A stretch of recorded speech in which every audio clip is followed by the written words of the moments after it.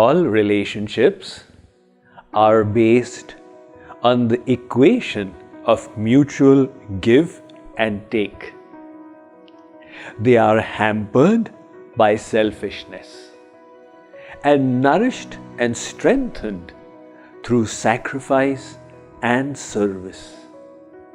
Let us learn the importance of these today on the 7th day of our happiness challenge. One boy and girl came to me and said, "Swamiji, please give us your blessings. We have decided to take the 7 circles around the fire to get married." I called the boy aside and said, "Why do you wish to marry this girl?" He said, "Swamiji, she is very beautiful. Her father is very rich and she loves me very much. I will get great happiness from her." I then called the girl aside and asked her, "Why do you wish to marry this boy?" She said, "Swamiji, he has a very promising corporate career. He is very dashing and handsome, and he takes great care of me." I then got them both together and said, "Look, both of you wish to marry the other for your own happiness, not for the happiness of the other. And the moment your happiness is affected or lessened, the love will reduce." In other words, this marriage is always vulnerable. If you wish to strengthen it, learn to be more selfless.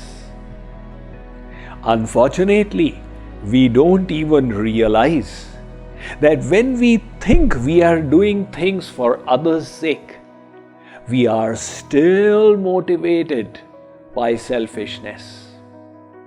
Consider this situation. A husband and wife were in the bed speaking to each other together when around 11 p.m. at night they began fighting. The fight had happened many times earlier, but on this day it became very serious. And the husband said, "I will take it no more. I am not going to sleep in this house with you." He got out of bed, he walked out of the door, and he went to sleep in the car in the driveway. 1 hour later, the wife had a change of heart.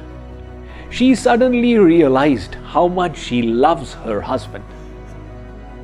So she took her husband's favorite soda bottle out from the fridge to go and give it to him. But when she reached the car, she found that he was asleep.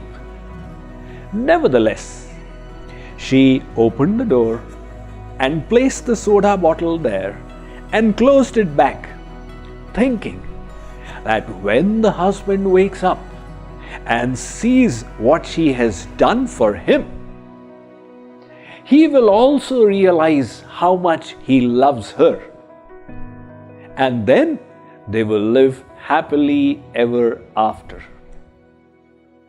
Now, if this had been a fairy tale, that would have been a probable ending. But this was not a fairy tale.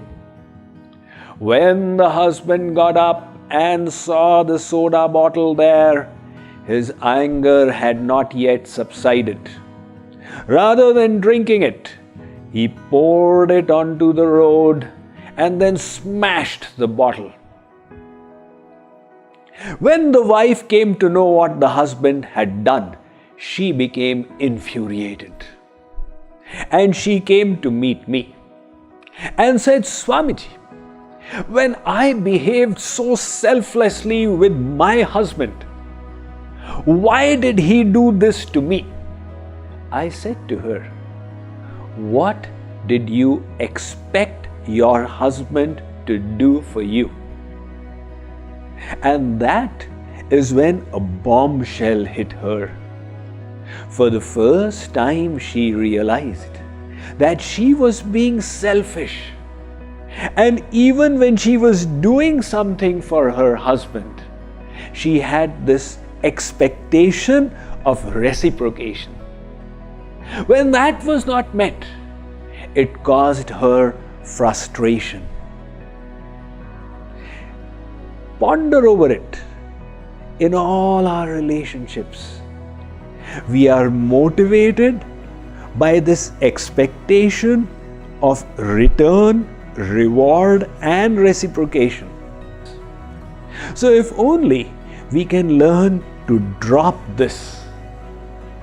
As I had said earlier, first try to understand and then be understood. Make sacrifice and service the goal in your relationship. You will then discover that you have found the art of a much healthier and stronger relationship. This is the homework for you today, to see how you can give more in your relationships and to think of the ways you are getting dissatisfied because of the desire for taking. Practice this today, and we shall move ahead in the art of healthier relationships from here tomorrow.